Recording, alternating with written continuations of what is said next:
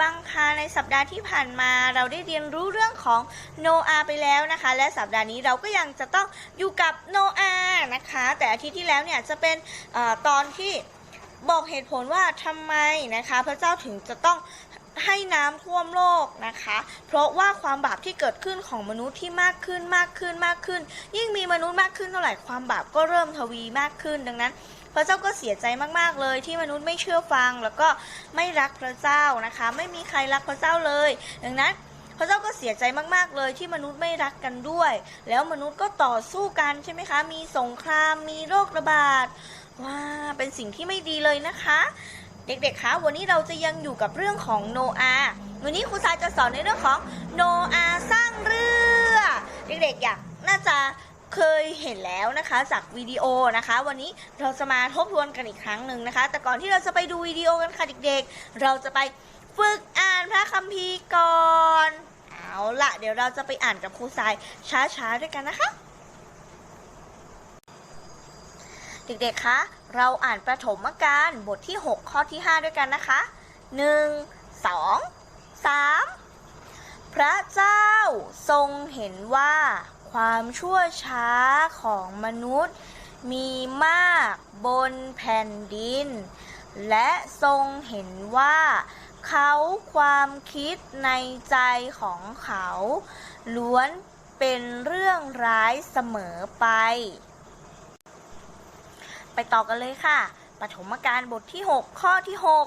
1 2 3พระเจ้าจึงเสียพระทัยที่ได้สร้างมนุษย์ไว้บนแผ่นดินและโทมนัสแปลว่าเสียใจมากๆปฐมกาลบทที่6ข้อที่7ค่ะพร้อมหรือยังไปด้วยกันเลย1 2 3พระเจ้าจึงตรัสว่าเราจะกวาดล้างมนุษย์ที่เราได้สร้างมานี้ไปเสียจากแผ่นดินทั้งมนุษย์สัตว์กับบรรดาสัตว์เลื้อยคลานและนกในอากาศด้วยเพราะว่าเราเสียใจที่ได้สร้างมาข้อสุดท้ายแล้วค่ะเด็กๆปฐมกาลบทที่6ข้อที่8ไปกันเลยแต่โนอาห์เป็นที่โปรดปรานในสายพระเนตรของพระเจ้าอีกทีนะคะแต่โนอาห์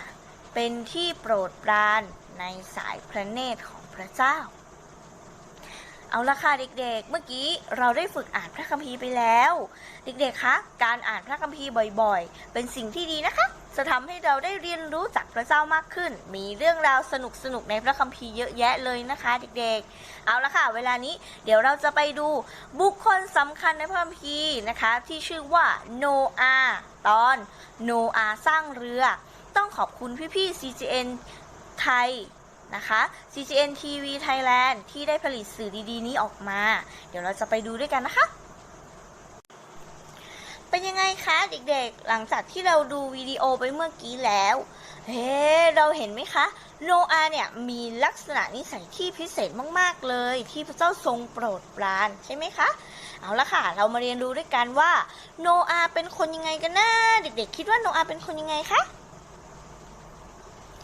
โนอาห์นะคะเป็นคนที่รักพระเจ้ามากๆเลยโนอาห์ถือว่าเขาเป็นเพื่อนของพระเจ้าโนอาห์ชอบที่จะพูดคุยกับพระเจ้าตลอดเวลาเลยและสิ่งที่สำคัญที่สุดโนอาห์เป็นคนที่เชื่อฟังพระเจ้าเห็นไหมคะจากวิดีโอเมื่อพระเจ้าบอกโนอาห์ว่าพายุกำลังจะมาให้โนอาห์สร้างเรือแล้วพระเจ้าจะพาสัตว์ต่างๆมาที่เรือของโนอาห์แล้วพระเจ้าก็สั่งให้โนอาห์เตรียมอาหารสำหรับสัตว์ต่างๆเหล่านั้นด้วยโอ้โหถ้าเป็นเราเนี่ยต่อเรือใหญ่เราจะทำไม่น่าแต่โนอาห์เนี่ยเชื่อฟังพระเจ้ามากเลยนะคะพระเจ้าบอกอะไรโนอาห์เชื่อฟังทั้งนั้นเลยเชื่อฟังอย่างเดียวไม่ได้แต่ว่าโนอาห์เนี่ยเป็นคนที่เชื่อฟังแล้วก็ทำตามที่พระเจ้าทรงสั่งด้วยนะ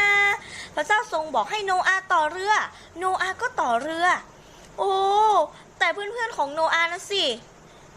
เขาต่อว่าโนอาห์เขาบอกว่าโนอาห์บ้าหรือเปล่านี่ก็เป็นแผ่นดินทะเลทรายร้อนก็ร้อนไม่มีฝนไม่มีเมฆไม่มีพายุมาหรอกจะมีน้ำท่วมโลกได้ยังไงแต่โนอาห์ไม่สนใจคำพูดของเพื่อนๆเหล่านั้นของเขาแต่ว่าโนอาห์สนใจในน้ำพระทัยและพระประสงค์ของพระเจ้ามากกว่าดังนั้นเด็กๆคะโนอาห์เป็นตัวอย่างที่ดีให้กับเรานั่นคือการไว้วางใจในพระเจ้าและโนอาห์มีความเชื่อที่ยิ่งใหญ่มากๆเลยและโนอาห์ทำตามในสิ่งที่พระเจ้าทรงสั่งไว้ดังนั้นโนอาห์จึงเป็นผู้ที่พระเจ้าทรงโปรดปรานเหมือนที่พระคัมภีร์ที่เราอ่านไปเมื่อสักครู่นี้ไงคะเด็กๆคะอย่าลืมว่าการที่เราเป็นลูกๆของพระเจ้าเราจะต้องทำให้คุณพ่อคุณแม่ดีใจและเชื่อฟังคุณพ่อคุณแม่ใช่ไหมคะอย่าลืมที่จะเชื่อฟังองค์พระผู้เป็นเจ้าอ่านพระคัมภีร์เยอะๆไว้วางใจในพระเจ้า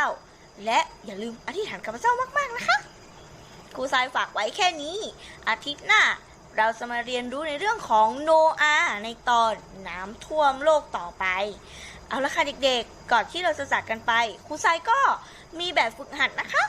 เดี๋ยวยังไงครูทรายจะเอาแบบฝึกหัดไปให้นะคะอย่าลืมทำส่งกันนะคะมีรางวัลสำหรับทุกเดือนสำหรับคนที่ร่วมกิจกรรมเอาล่ะวันนี้ครูทรายต้องขอบคุณวิดีโอดีๆจาก CGN TV Thailand นะคะและสื่อดีๆมากมายที่เราได้เรียนรู้ด้วยกันในวันนี้ขอบคุณพระเจ้าด้วยนะคะพระเจ้าอวยพรค่ะ